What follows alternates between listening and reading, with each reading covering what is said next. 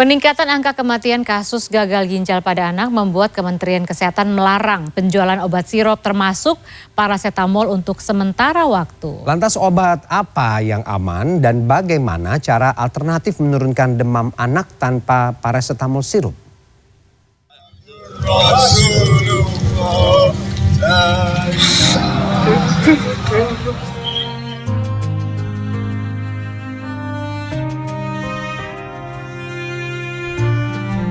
Hingga kini, pemerintah masih terus melakukan investigasi penyebab dan pemicu penyakit gagal ginjal akut.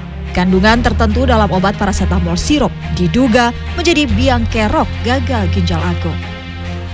Maka untuk meminimalkan potensi penambahan jumlah kasus, pemerintah melarang penjualan obat sirup termasuk parasetamol untuk sementara waktu.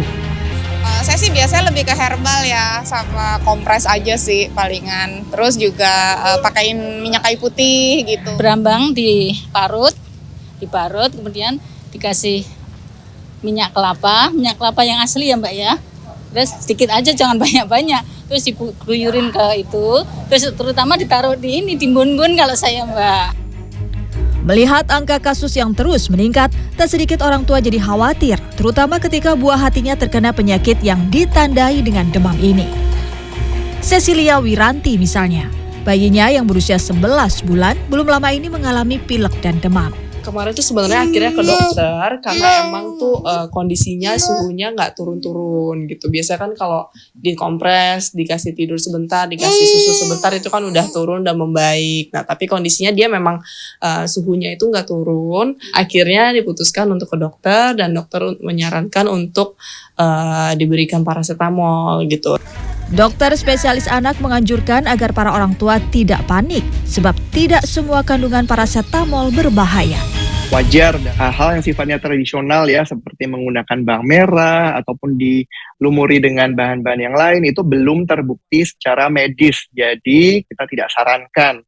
Justru itu bisa beresiko yang pertama mengiritasi kulit si kecil. Kemudian yang kedua juga bisa jadi menimbulkan jalan masuk bagi terjadinya infeksi kalau misalnya kita melukai kulit si kecil.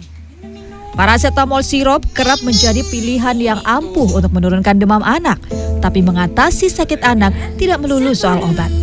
Ada langkah sederhana dan alami yang bisa dilakukan untuk memulihkan si kecil dari demam tinggi. Pertama, gunakan pakaian yang tipis dan menyerap keringat.